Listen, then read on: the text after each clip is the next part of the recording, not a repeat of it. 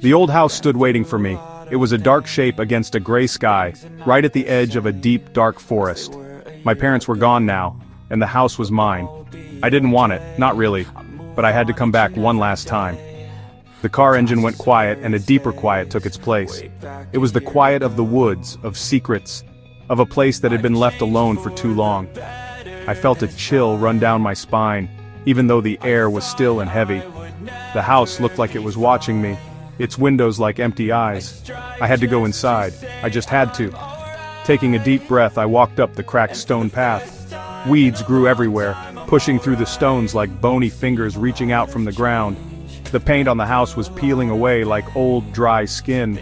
The porch steps groaned under my feet with each step I took, complaining about being disturbed after so many years of silence. I remembered running up these steps as a kid, but now every step felt slow and heavy. It was like the house didn't want me here.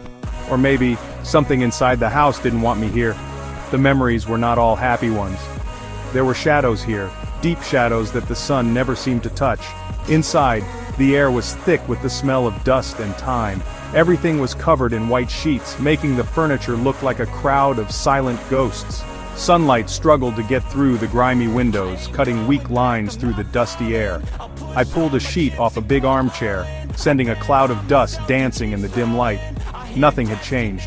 It was a perfect, creepy museum of my childhood. Every creak of the floorboards, every whisper of the wind outside, seemed to be telling me to leave, to run away and never look back. But I couldn't. Something held me there, a feeling that I had left something important behind. I walked from room to room, my footsteps echoing in the stillness. My old bedroom was just as I had left it, with faded posters still taped to the walls. The kitchen clock was stopped at 3:15, its hands frozen forever. It was all so strange being back here alone. The silence was the worst part. It was a loud kind of quiet, full of sounds I almost heard but couldn't quite make out. It felt like the house was holding its breath, waiting for me to do something, waiting for me to remember. And there was one thing I remembered all too well, the one place in the house I was never, ever allowed to go. At the end of the long dark hallway was a single plain door. It was made of thick dark wood and had no handle, only a large rusty keyhole. This was the cellar door. When I was a kid, my parents had one rule that was never to be broken: stay away from the cellar. They never told me why. "There's nothing down there for you," my father would say, his voice sterner than usual. "It's dangerous. You must never open that door." Their fear made me afraid too. I would have nightmares about what was behind that door, what could possibly be so terrible that it had to be locked away from the world. Now, standing in front of it as an adult, I felt that same childhood fear creep back into my heart. The door seemed colder than the rest of the house, and the air around it felt heavy. I ran my hand over the rough wood, feeling the splinters and the deep scratches near the bottom. What was down there? Spiders? Rats? Or something much, much worse? My parents were gone, so their rules were gone too. My curiosity was a powerful thing, stronger even than my fear. I had to know. The secret of the cellar had haunted my dreams for years, and now was my chance to finally see the truth for myself. I started searching for the key. It wasn't going to be easy. My parents would have hidden it well. I checked all the usual places, in the kitchen drawers, on hooks by the back door, in a dusty bowl on the mantelpiece. Nothing. I was about to give up when I remembered my father's old desk in his study. The room was dark and smelled of old books and leather. I pulled open the top drawer. It was filled with old pens, paper clips, and rubber bands. But underneath a pile of old papers, I felt it. A single heavy iron key. It was cold to the touch and looked ancient, like something from a castle dungeon. With the key in my sweaty hand, I walked back to the cellar door. My heart was pounding in my chest like a drum. This was it. I was finally going to break the one rule I had never dared to break. The key slid into the lock with a loud, grating sound that echoed through the silent house.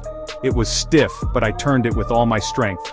There was a loud clunk as the old lock gave way. The sound was so final, so decisive. For a long moment I just stood there, my hand on the cold, dead metal. Then slowly, I pulled the door open. A wave of cold, musty air rushed out, smelling of damp earth, and something else. Something rotten. The darkness beyond the doorway was complete. It was a thick, heavy blackness that seemed to swallow the light from the hallway. A set of steep wooden stairs led down into the gloom. I couldn't see the bottom. I fumbled for a light switch on the wall, but my fingers found only cold, rough plaster. Of course there was no light. Why would my parents put a light in a place they never wanted anyone to go? I had to use the flashlight on my phone. The beam cut a narrow path through the darkness, showing me the first few steps. They were covered in a thick layer of dust and spider webs that looked like gray, tangled hair. Each step down was a new adventure in fear. The wooden stairs creaked and groaned under my weight, and I was terrified one of them would break and send me tumbling into the abyss below. The air grew colder and damper with every step, and the foul smell grew stronger. My small light beam danced around, showing me stone walls that were wet and slimy. Strange symbols were carved into the stone. They weren't letters or numbers I recognized. They were jagged lines and circles, like some ancient forgotten language. Seeing them made the hair on my arm stand up. Who had carved these? And why? Halfway down, my light landed on something hanging on the wall. It was a collection of old framed photographs. I leaned closer, wiping away the grime with my sleeve. My breath caught in my throat. They were pictures of my family, my grandparents, my parents when they were younger, and even me as a small child. But in every single picture, the children looked terrified. Their eyes were wide with fear, and they weren't looking at the camera. They were all looking down, at something just out of the frame. In one photo, a younger version of me was crying, my small hands held up as if to protect myself. I finally reached the bottom. The floor was made of dirt, soft and uneven under my feet. The cellar was much larger than I had imagined, a huge cavern carved out of the earth beneath the house. My light darted around the vast, dark space, revealing piles of old, broken furniture and boxes. But my attention was drawn to the center of the room. There, on a small, rickety table, was an old leather-bound book, a journal. It was open to a specific page. My hands trembled as I picked it up. The handwriting was my mother's. It was messy, as if she had been writing in a hurry in utter terror. The journal entry was dated 30 years ago, on my 5th birthday. I read the words and a cold dread filled me, a dread worse than anything I had felt before. "It must be done," my mother wrote, "the firstborn of each generation. It is the only way to keep it quiet, the only way to keep it down in the pit.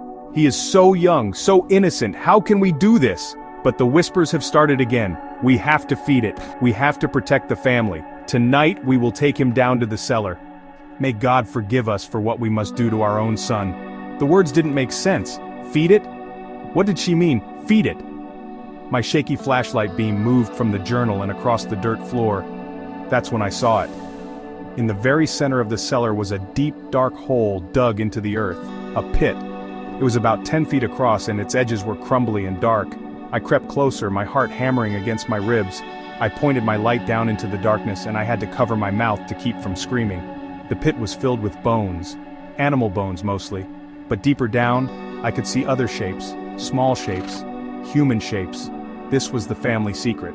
A sacrifice, a terrible ritual to keep something horrible trapped down here. Suddenly a massive slam from behind me made me jump and drop my phone. The cellar door at the top of the stairs had slammed shut. The sound of a heavy chain being rattled and a lock clicking into place echoed down into the darkness. I was trapped. My phone's light had gone out when it hit the ground, plunging me into absolute terrifying blackness. Panic seized me. "Hello?" I screamed, my voice small and weak in the huge space. "Is anyone there?" The only answer was the sound of my own ragged breathing and the frantic beating of my own heart. Then, a new sound started, a dry, rustling sound. It was coming from the pit. It was the sound of bones shifting, of something moving down there in the dark. A low growl rumbled up from the depths, a sound that vibrated through the dirt floor and up into my feet. Then came the whispers. They slithered through the darkness, hundreds of voices all murmuring at once. They were faint, but I could hear them, and among the chorus of ghostly whispers, one voice was chillingly clear, one voice rose above the others. It was the voice of a little boy, and it was my own. "It's hungry," my child voice whispered from the darkness. "It's so hungry."